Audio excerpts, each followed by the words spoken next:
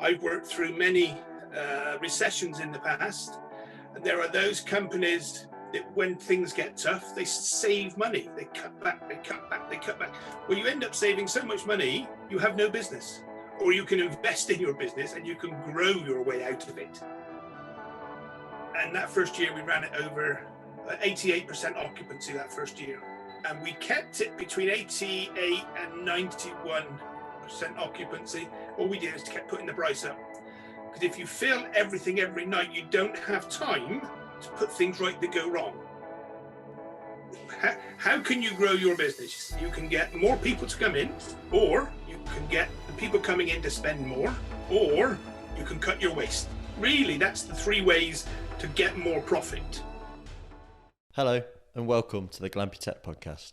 Today I'm joined by Bob O'Connor, a man with decades worth of experience in the hospitality and leisure industries. As you'll find out, he's been involved in a multitude of successful projects over the years, and he talks about his biggest successes, his biggest failures, advertising his start on the London Underground, his most important mentors, and the common mistakes he sees hospitality business owners make. This is one of the favourite episodes that I've recorded so far, and it's so interesting just to hear someone with such a wealth of experience talk about his successes and failures over the years. It's a long one today, but I urge you to listen to it all the way through. As ever, I hope you enjoy and that you find value in today's episode. Hi Bob, you're a bit of a legend in the hospitality and leisure industry, so thank you for giving up your time and coming on.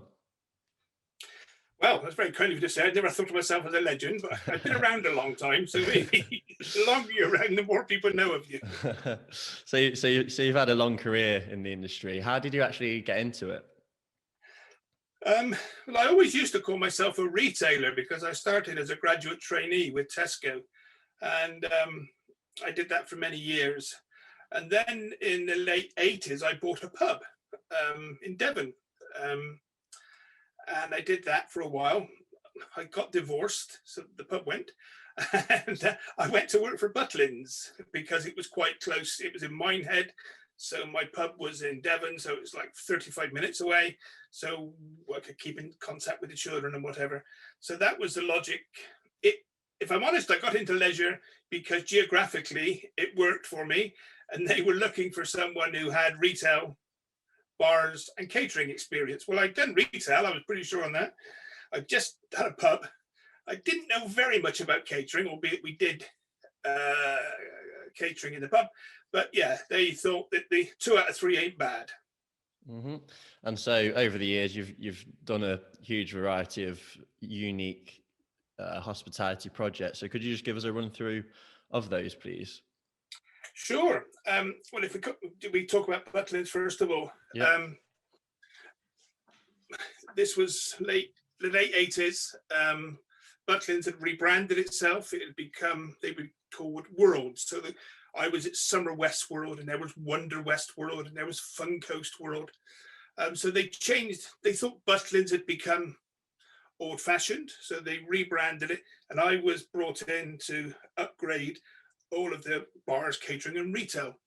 And I did that for 4 years. And the amazing thing was we took the turnover for the catering, bars and retail business to over almost 60% of the total turnover of the business. So we went from something like 75% of the turnover came from tariff, and the other 25 came from secondary spend. And we switched that all around. And it was, say, over 60% came from our secondary spend, and the other 40% came from tariff. And that was really about just being innovative and doing things that nobody else had done. We built a shopping mall. No one had ever done that before. We brought in things that people had never seen in holiday. So in those days, there was something on the high street, which is still there now, called Lush. And we had something called Applewoods, which was Lush, but under a different brand. So we tried to mimic the high street on the sites. And the food offering really in Butlins in those days was fish and chips, burger and chips, and fish and chips, and burger and chips. So we tried to be different. So I opened the company's first Italian, the company's first Chinese, the company's first Indian. We did fine dining. And then on the bar side, we really tried to copy what was on the high street again, as opposed to being a bit old-fashioned-y holiday camp world. And that was a tremendous success. And I had 18 bars, 23 restaurants, and about 27 shops on the site. And the site in those days, 10,000 people a week would stay on those sites in those days. I mean, the same site now, capacity is about 6,500, because the accommodation wasn't brilliant, I have to say. So we squashed them in and we squashed them in. But from there, I went to hotels for Butlins, went to Blackpool. And again, when I went there, the hotel was very successful in so much as it was running over 90% occupancy. I think it was 92% occupancy. So you've got very little space to grow the business. We were the only hotel on the seafront. I couldn't build anything. It was a grade 2 listed building. So how do you get more money from the same number of customers? And the obvious thing is you make it better. So we created a whole new brand of accommodation that had, it sounds old hat now, but this was quite revolutionary. They had their little kitchen area. We imported lovely Italian furniture. So they had a living area, a sleeping area, and a kitchen area. But then because we wanted those people to feel special, we gave them their own car parking space. We gave them their own space in the restaurant. We gave them their own seat to watch the shows. So they felt as though they were coming in and they'd be treated like a king. So whilst I couldn't get any more bedrooms, what we did is we moved the tariff up. I mean, those days, I forget what we were charging now, probably you could stay for £50 a night.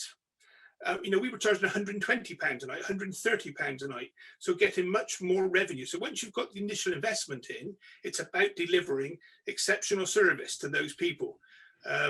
Once they come out of their room, everything's the same, but it just made a difference. It lifted those people. Someone met them as they arrived. They carried their suitcases in for them. They checked them in.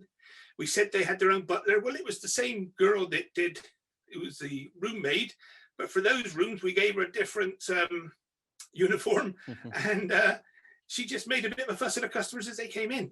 But people loved it, so it transformed the whole hotel. And in the end, I couldn't build the new Premier accommodation fast enough to satisfy the demand. So that's two examples there, which actually say the same thing. It's about being innovative. It's about being different. It's about raising the standards. You have to invest to get better. And when I talk to people at the moment, we've just gone through a horrendous 12 months. I've worked through many recessions in the past, and there are those companies that when things get tough, they save money, they cut back, they cut back, they cut back. Well, you end up saving so much money, you have no business, or you can invest in your business and you can grow your way out of it. So that's a couple of examples early on how I changed things. From there, I went to Brighton Pier. And at the time, we used to get about 3 million visitors a year to Brighton Pier. Probably the most successful, undoubtedly the most successful pier in the country. So again, how do I grow that business? But we did. We pushed it to almost 4 million people a year, which means on a busy day, 75,000 people on a structure that's just over 300 yards long, and at its widest point, about 80 yards wide. You could lift your feet off as you came on, and you could get to the other end without touching the ground because the force of the people would carry you through. But again, what we did there is, again, this seems old hat now because you have to remember this is still back in the late 90s now. So we started putting on high street style coffee shops. Now, every street corner now has a Starbucks or a Nero's or a cafe or whatever. But it wasn't then. And what we had was greasy spoons. So again, looking at secondary spend, how do you change it? How do you make it relevant for those people that are coming on? We wanted to increase the dwell time, how long people will stay with us. So at the night time, we put on fireworks shows. So instead of everyone disappearing at 9 o'clock to hit the town, they'd have to stay on till 10:30 because everyone wanted to see the fireworks. Well, in that time, they're spending in our bars, they're spending in our restaurants, they're spending on the rides, they're spending in the arcades. So again, I think I was there for just shy of 6 years, and over that period of time, we put 1 million visitors on the numbers, and I think it was 6 million increase in gross sales. After 6 years of being on the pier, I decided that I wanted to run a zoo. As you do. As you do. My son was talking about having grandchildren, and I thought, wouldn't it be nice if I did something to give something back, to be a bit worthy, rather than just making lots of money for big corporate companies? Wouldn't it be nice if I could do something different? So my first application was to Marwell Zoo, who said they were looking for an entrepreneurial chief executive. Well, they were, until they met one. And that rather scared them.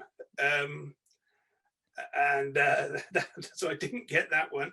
Then I seen another advert for Bristol Zoo, which was my hometown, albeit I left quite a while ago. They said they wanted an entrepreneurial chief executive. They didn't. The things I was suggesting was just too radical. And then I was contacted by a recruitment company and said, would I be interested in running Howlett's in Port Lim? And I thought, well, how strange that is. I decided that I wanted to run a zoo. So now I've got the opportunity of running 2 zoos, and they're approaching me. So I met the chairman, and prior to going, I'd visited both sites. I wrote business plans for both sites, and he said, that's exactly what I want. Now, at the time, they were losing nearly £4 million a year with £8 million in the bank. So I had 2 years before we ran out of money. So that focuses the mind. I had still had a child at home.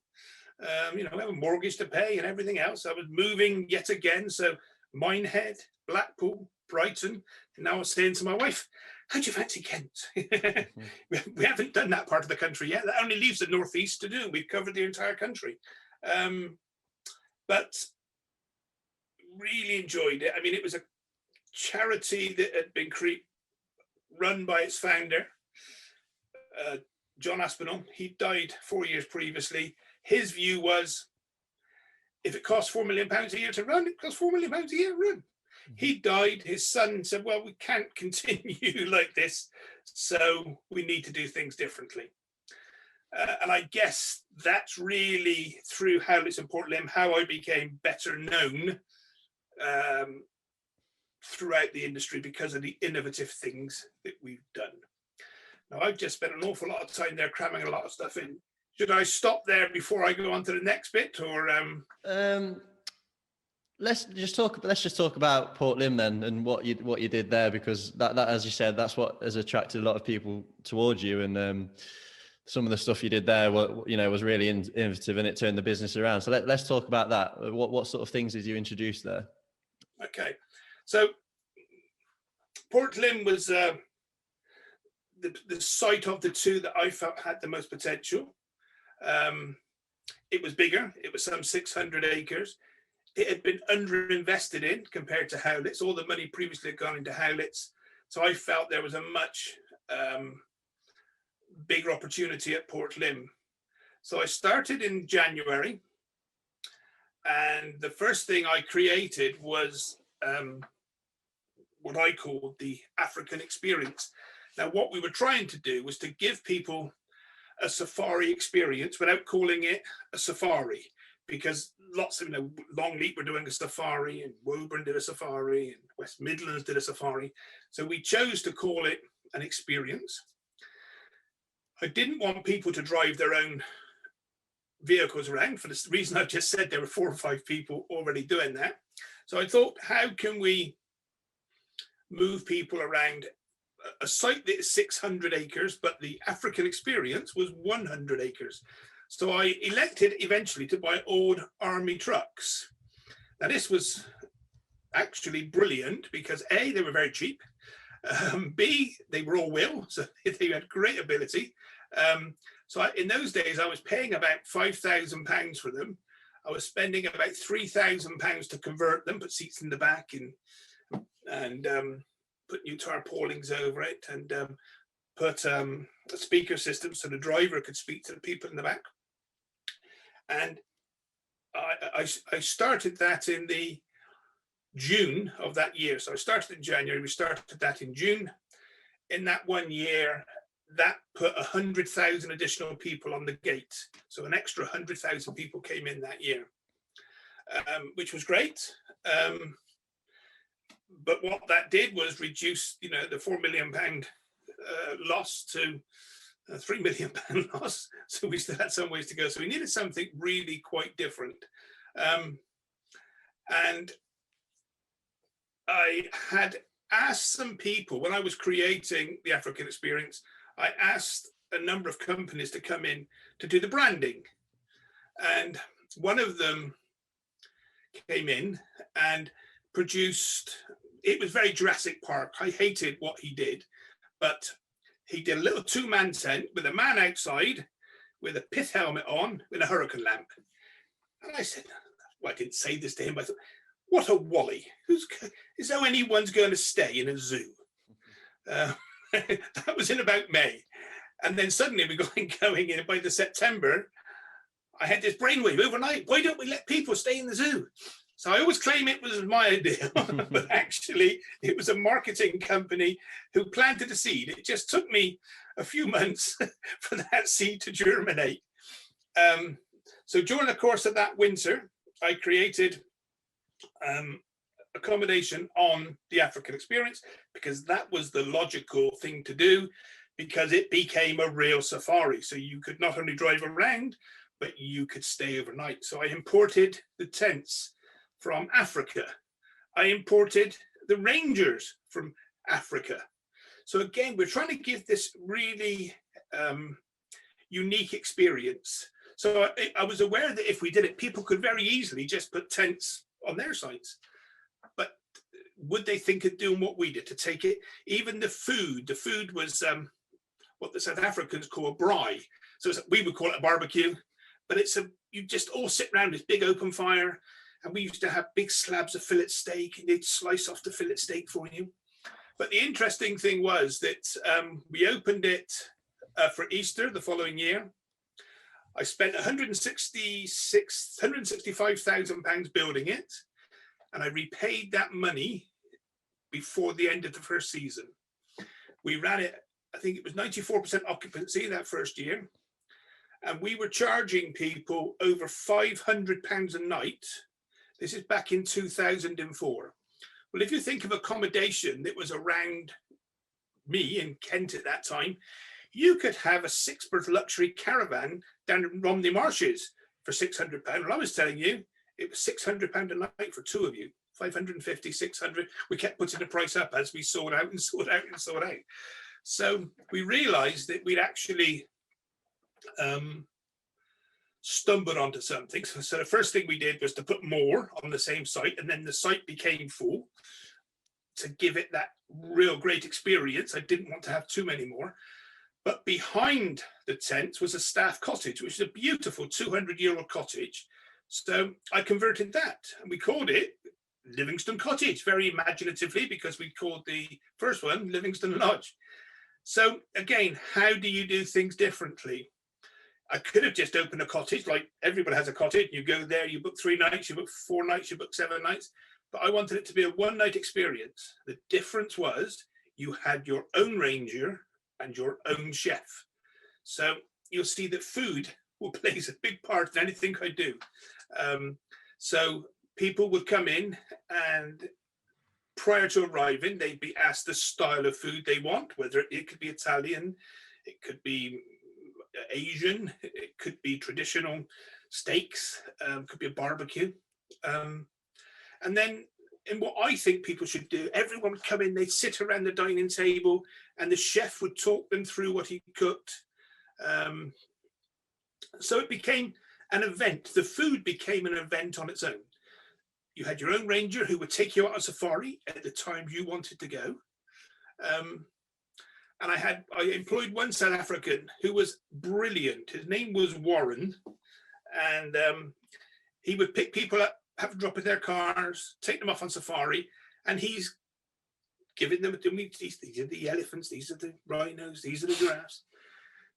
He's giving everybody the full story. And when he gets back in the evening, so he's having dinner with them, because again, if you do the safaris, the rangers have dinner with you. So they finished eating, and then he's continues talking, and he would start telling a story of things that happened when he was working in the big parks in South Africa. And you could hear a pin drop, because as he spoke, he just kept dropping his voice and dropping his voice, and people were gradually leaning in and leaning in. And in the end, I'm sure they went away believing that what he told them he's seen in Africa, they'd done on their trip, because they used to write in and say, oh, it was amazing, these things, when we were walking with the rhinos. We never let people, but he would tell them how he would walk with rhinos. So again, that worked really well. The Livingston Lodge was an adult-only experience, and I discouraged any child under about 14 going, but we were now getting demand. So from there, I thought, well, what could we do to create for the families? So we created, imaginatively, Elephant Lodge, which was what we would now call glamping, 8 berth tents, 2 bedrooms, living area, outdoor deck, overlooking the elephants. Again, because I thought food's very important. So I have somewhere that's doing a bride. I have someone that's doing a private chef. So what can I do that will engage people? And I chose to do a Mongolian barbecue. Now, for those of you that don't know what a Mongolian barbecue, it's a big round hot plate that's about 6 feet in diameter. And yeah, you move the food around the plate, the top of the heated area, and the customer brings across the ingredients that they want to cook. They bring across their own vegetables, their own meat, and their own sauces, and you cook it. You cook whatever they want. So again, it's theatre, so it's entertainment that people are there. And we used to let children come and stand next to the chef, and they would toss their own meat and vegetables. So you have theatre, and that's how you take being, you know, a food that you might have got £10 a head for, that suddenly you can get £18 a head because you are adding theatre into the mix. So now we're on a bit of a roll that you can stay with us apart from the cottage in different types of tent. Now, the next thing I was going to do, I'm going to have to spend a lot of money. I'd spent relatively little money at this point, probably £600,000 or £700,000, so relatively little. I had then seen a place in Sweden called the Tree Hotel. And now they had, this was right up in the Arctic Circle, they had 5 units, all themed differently. So one was a flying saucer. One was called the Mirror Cube. So it was just a box that the outside was completely covered in mirrors. So as it blended into the forest. Another one was a container. Another one was the same shape as the Mirror Cube, but covered in twigs, and they called it the Nest. The other one was,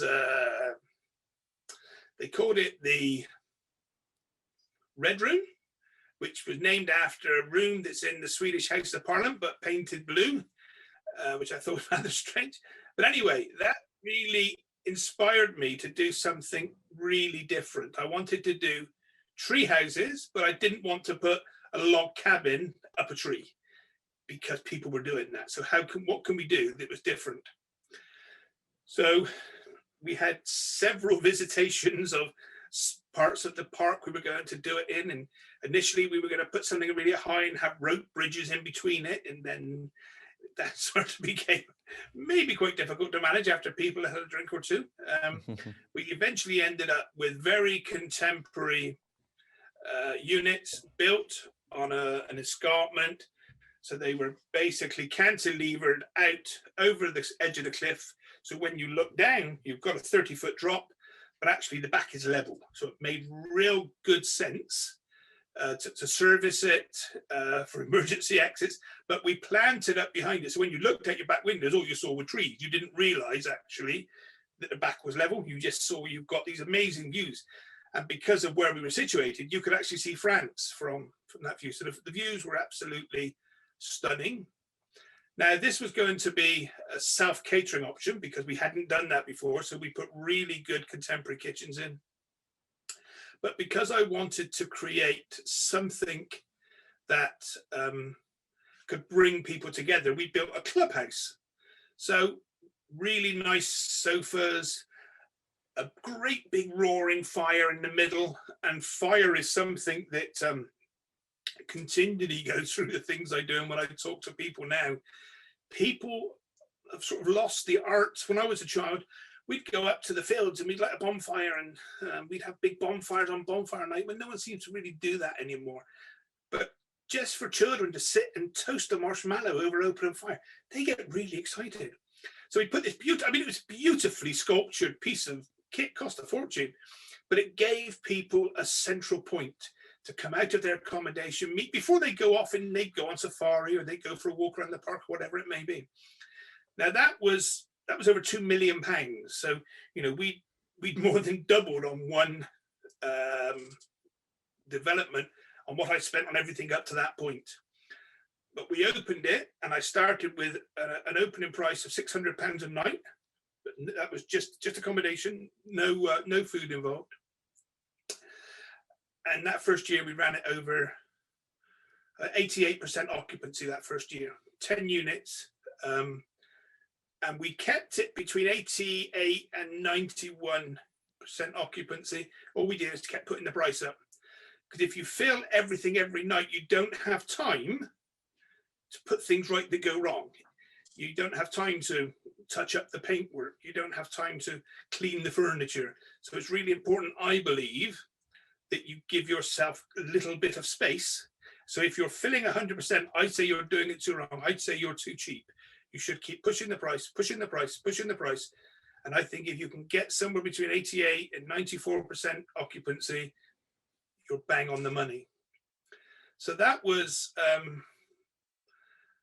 scary, because suddenly I'm saying to the trustees that this is great, what we're going to do next. But luckily, by now they bought into it, because we'd now done 4 things, and we were then plowing through. So we just became more and more ambitious on things we could do. We did we did the hotel next. So we had a beautiful building in the center of the park, which was our offices. I kicked everybody out, put them into what I called the executive offices. They called it the shed. I could never really quite understand that, but and we turned the hotel into 8 bedrooms or 5 bedrooms and 3 suites. We did them really well, really contemporary. And again, because the hotel was built as a private residence originally, so it had amazing views from every single room. We then created another restaurant downstairs, because now we were getting, you know, we could have several hundred people staying on the overnight. So we needed to grow along with the accommodation. We needed to grow the food offering. So we opened a restaurant in the hotel. But again, I just didn't want to do the traditional country house hotel. Everyone's doing that. So again, we give it a different twist. And that worked exceptionally well. And we do barbecues out on the patio. So the food, again, played a very important part. The next big expenditure was Tiger Lodge. So we built a house inside of a tiger enclosure. We built one year and one the second year. And the only thing that separated you from the tigers were 40 mil of glass. So Nobody else in the world was doing anything like this. And cats are particularly inquisitive. They're always wandering over to the glass to see what's happening. So you're literally 40 mil away from, a 30-stone tiger. And that was amazing. So again, we were running. I started off selling that. So at the time, the most expensive accommodation I had was the tree houses, which were $650 a night. So I said, well, we'll go $750 a night. And I sold out the first 2 months straight away. So I went to $850. The next week I went $950. The following week I went $1,000. The following week I went $1,100. And I was raising it by £100 a week. So by the time we'd had it on sale for about 6 weeks, we were up to £1,100 a night, and then we'd sold out for the whole year. Then, so I couldn't change the price anymore.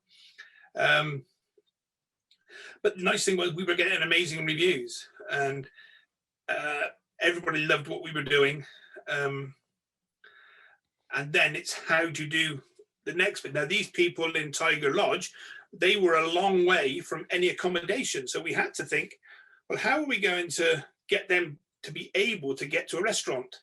So I looked at building a road down that was £600,000 or £700,000. So we bought some golf buggies. So necessity being the mother of invention.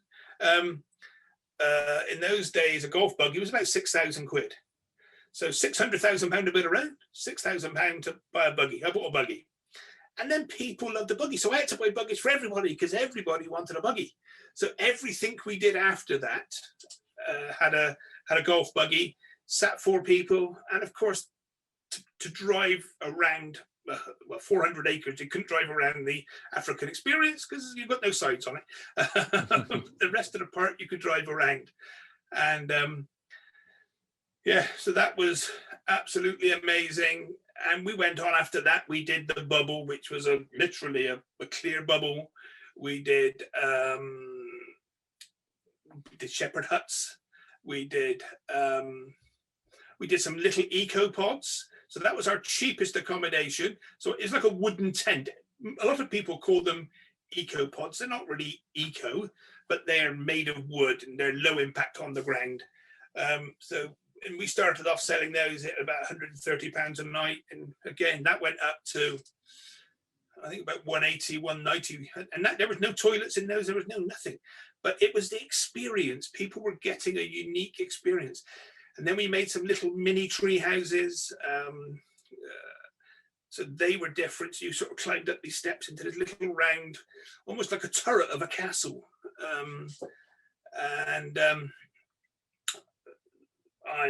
Before I left, because I left there maybe 2 years ago now, I had just bought another mansion on the edge of the grounds, which I would think this year will open as Giraffe Lodge, Giraffe Manor. So you've seen the one in Africa. So the giraffes will come along, stick their head through the window as you're eating. So that should open this year. And the other one was Cheetah Lodge. And these were wigwams. So these were 7 meter wide by 7 meter high, glass fronted wigwams. Again, taking advantage of that amazing view we had right across the channel towards France. Always with fire, always with great food, always with a great view.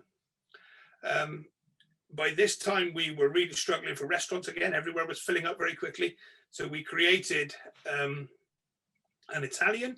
Again, we went to the high street for innovation, and we really quite closely copied Frankie Manca, which I thought were the best pizzas on the high street. But we had the theatre where the chefs would throw the bases. They'd be cooked in a clay oven. So again, we kept with the theatre of the food, which is the entertainment. So people, it could be, it's quite a long evening from so we wanted the food to be part of the entertainment for the night. And I wanted people to sit with their children, the children not want to pick up their iPhones, not want to play on their iPads, but they'd be engaged with what was going on. Mm-hmm. That's a potted history there of to the point of Port Lim. Brilliant. So, I mean, you turned Port Lim around. Would you say If you had to pick one thing that did turn it around, would it be being able to justify a higher price, or something that brought more guests in, or encouraging people to What spend more? stopped us going bust was doing the African experience, because that gave us the revenue um, for very little expense. To create the African experience was something under £100,000. So we had a field which had a few animals in it. We had to make it rhino proof, so we had to put this sort of airlock system in to get trucks in and out. But it was relatively cheap to do. But that got our name out there. So that was the catalyst really for everything that came afterwards. The secret after that is just being different. Everybody, no one was doing glamping in the early days, but then everybody started doing glamping. Anyone who had a field would do glamping. And I would argue that's the problem today. Anyone who's got a field thinks they can do it when they can, but they're not really going to make any proper money unless they're different, because otherwise it becomes a race to the bottom. If you've got pods here or shepherd huts, and your neighbour down the road's got them, to fill it, you're going to keep reducing the price and reducing the price and reducing the price. It becomes a race to the bottom. You have to find something that why people come to you and not go to your competition down the road. So find what is your USP, and that should be different every time you do a new investment. Mm-hmm. And so, I mean, to a lot of businesses, marketing is really important, but if your offering is as unique as yours were, did you find that your experiences did your marketing for you, or did you have any particular marketing strategies that brought people in as well? Both. The thing that really got us well known is I did a campaign on London Underground. Okay. And if I'm honest, that was a real big turning point. We had a very successful business. It was growing, going great. But I did it at King's Cross, and I forget the numbers now, but something like 1.5 million people a day go through the system there. And we bought big boards, those big boards you see on the platform.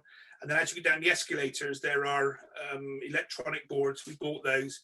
We bought them for 2 weeks. And I mean, it wasn't a lot of money in my overall budget, but for someone starting off. So I think, a campaign like that would have probably cost me about 35, 40,000 quid to do for 3 weeks. But in that 3 weeks, probably 10 million people saw us, and the phones just went off the hook. I had to double the size of the sales team. So the best advertising is free advertising and that someone recommends. But putting that stuff on London Underground meant that we were then getting calls from the Sunday papers who wanted to do travel articles on us. We were winning awards. We won Best Leisure Business in the Visit England Awards. We won every award locally for innovation, for growth, for customer service. We were winning, the 5 stars on TripAdvisor, because people couldn't compare us. They couldn't say, well, it's like that place down the road, but a bit better, or it's like that place down the road, but not as good. They could only compare us with us. And as long as, we knew we were giving a good service, and nobody was doing anything like it. So, and I would argue that even today, most zoos now have some sort of accommodation. I would say most of them have not been bored enough in some of the things they've done. They've taken the easy option, and they've taken they haven't been bored. They've tried some of the things that I tried 20 years ago or 18 years ago, and they haven't continued that innovation, whereas Portland have continued that innovation even nearly almost 2 years after I've gone. Right, and this is clearly a career with an incredible amount of success, and I'm aware that this question might, I might fall flat on my face with this question because it might have been 100% perfect, but you must have had something that failed at some point, or something that didn't go quite as planned. And if you did you learn any lessons from that? Loads of things went wrong. I mean, I've just told you all the good things. Yeah. So I don't know, where do you start? Now, people who've known me for a long time, and one of my best friends currently is the managing director of West Midlands Safari Park. And he used to work for me 30 years ago, running shops for me. And most recently was my director of accommodation at Port Lim. But when we were in Minehead together, he was running shops and we were trying to be innovative and all the different things he said, I said, do you know what we're going to do? We're going to do curtains. And he said, what? I said, we're going to do curtains. He said, you want to sell curtains on a holiday camp? Yeah, it's brilliant. And there was a company on the high street at the time called Roseberries, they were called. And I used to see them and I thought, this is really innovative what they're doing. Do you know what? People don't come away on holiday with the measurements for their windows. So I wonder why that didn't work. So that was, yeah. So, but however, I don't regret doing it. Mm-hmm. Okay, we lost some money. That was tough. I guess the thing I lost the most money on was music festivals. Second year I was at Port Lim, we decided we'd do a music festival. And we booked some of the biggest acts in the country and we were gonna get 10,000 people down. I employed groups of people. That was disaster. Cost me an absolute fortune. I then found out that every music festival loses money the first year, breaks even the second year, and makes money the third. I didn't know that. So I lost several £100,000 on my first music festival. I made it all back because I must have done 15 or 16 of them in the end. But there was a very steep learning curve. The problem with music festivals is all your money you pay out front, and you make your money on the last 10% of your tickets. If you don't get that last, so if you book for you hook for 10,000 people planned, and you get 9,000, you will lose money, and you will lose a lot of money. So, yeah, certainly that was the biggest. I worked continually for 42 hours on that one without sleeping. I was so stressed. But the next year we got better, and the next year, and I'd made all that money back within 2 years. And then everyone after that, we made money. Not always a fortune, but we always made money.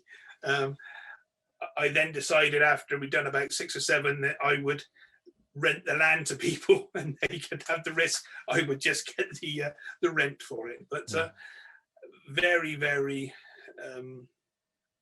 interesting times. And it took me back to my days on Butlins, when we used to book all the acts that would come in the hotel. And that was how we would fill hotel rooms, by booking the acts that were either on their way up or they're in the distant memories of people, bands from the 60s or whatever. And I thought I could replicate that.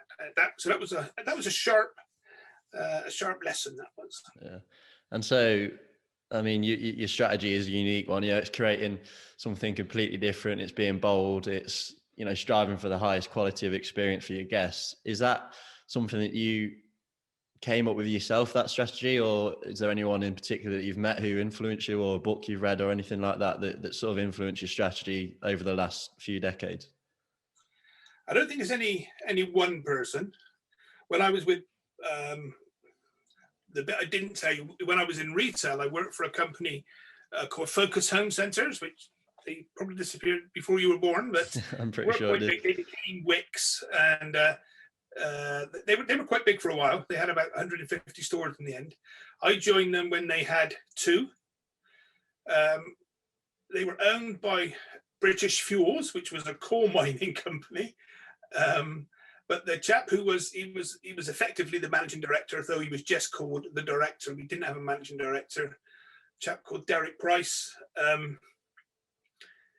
He allowed me to think differently, and was always very supportive. When things went wrong, most things went right, but when things went wrong, he was supportive. So I would definitely hold him up there.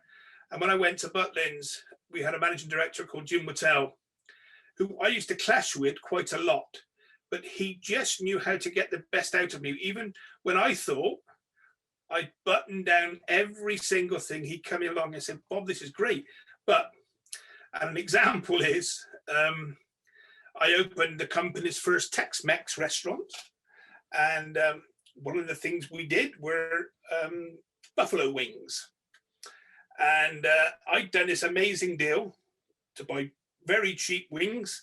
We had a great recipe for the sauce to go on it. And he came in, he ate it. He said, "These are brilliant, Bob." I said, "Yeah." And I said, "You won't believe how much I paid for the chicken wings. A really good deal." And he said, "Oh, what is?" He said, "On main catering, so bear in mind, 10,000 people would stay on this site. And every week, the people who paid for half board would have 2 or 3 chicken meals." And he said, "Don't they throw the chicken wings away up there?" So he always seemed to pick up the one thing. Why didn't I think of that? I could have had my chicken wings for nothing. Though he was a way of inspiring me. He wasn't difficult. Well, he was difficult, but he could always find the one thing that I'd forgotten. And that's always made me subsequently try to think of, I don't want to be caught out again. Yeah. And that, I mean, I'm talking now, that's 25 years ago. I worked for him now, probably 27 years ago I worked for him.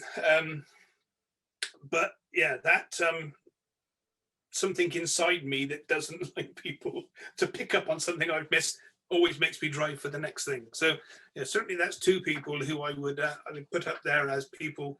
One as a leader of men who would, and women, who would allow you to make the mistakes and therefore allow you to grow. And the other guy who would just say to me, "You've forgotten that, or you didn't think of that." Yeah.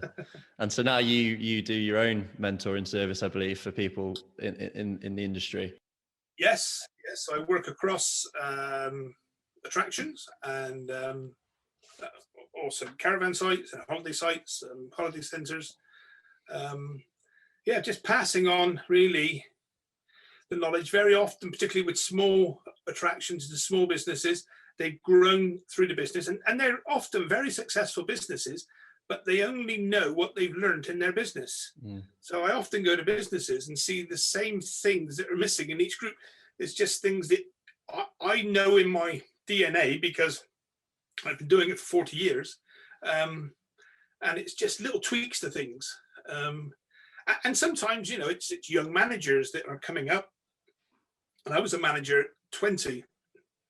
And I'm sure I made loads I didn't know I was making mistakes at the time, but I'm sure I did. And at 20, you think you know everything, but the truth is you don't. And, I'm 65 now in 2 weeks' time. And you learn how to deal with people differently. Yeah. And sometimes the exuberance of youth can stop people seeing what they do wrong. So, yeah, I work with a lot of companies. I haven't done anything recently. I've got lots of contracts, but I can't go and see anybody.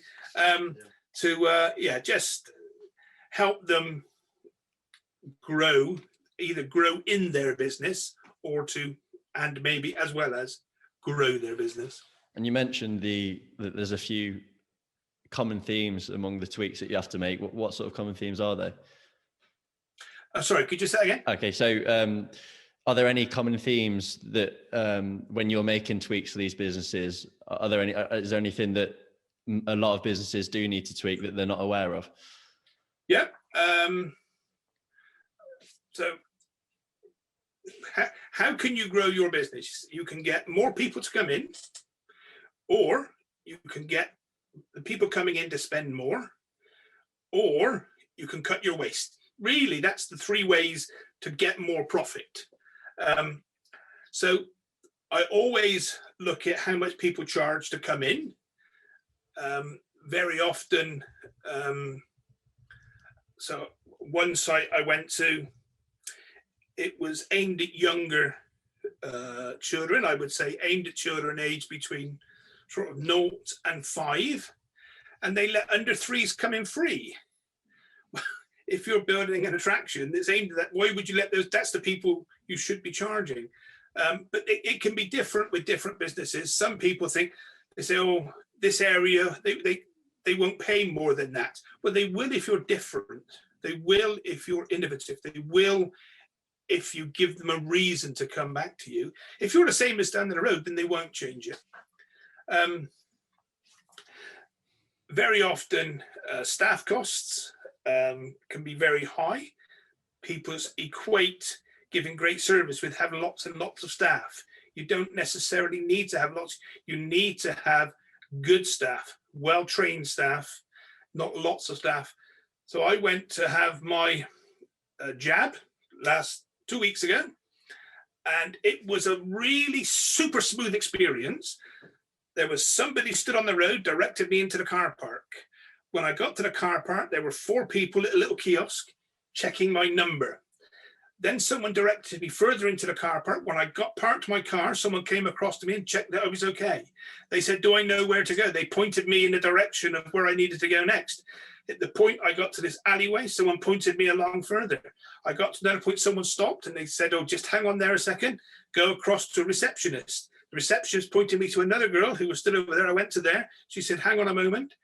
They then said, go to that point there, just wait a moment. Then go down. There were 2 nurses, gave me my injection. I came out. There were 2 people showing me the way out. When I got back to the car, there were 3 people showing me how to get out of the car park, which for me was fantastic. But Jesus Christ, you could have done that with a third of the staff, and it would have been equally. The government aren't looking for this to be run cost effectively. They don't want to be criticised because they got everything wrong in the first part of this pandemic. You have to say they've got the injections and the vaccinations really bang on. We're world leaders in that. And that's not uncommon to see far too many staff. And then not to be afraid to go out and negotiate with your suppliers to get your prices to the right point so that your margin improves on there. And check the wastage. So I'll say there are only 4 ways you can improve your bottom line. So I started each of those, and I would go through and give them advice on how to improve on each of those areas. Excellent. And then before we wrap up, and I can guess what the general gist of this answer is going to be, but if I could ask you if you could give one tip to prospective glamping site owners or anyone thinking of entering the hospitality or leisure industry, what would that be? Be different. Thought so. Be different. I think that's all we need to. I think that's all we need to say. Okay. And if anyone wants to get in touch with you, how can they do that? Yeah. So it's bob@boboconnor.co.uk. Very easy. Or look at my website, which is www.boboconnor.co.uk. So just remember Bob O'Connor. That's the way you'll find me. We'll put the links into the description. But yeah, thank you very much for coming on. Really appreciate it. You're most welcome. Thank you for listening to another episode of the Glampy Tech podcast. I hope you enjoyed and that you found value in today's episode. If you did, feel free to leave a rating and review on Apple Podcasts, as it really helps us move up the podcast rankings. Thank you.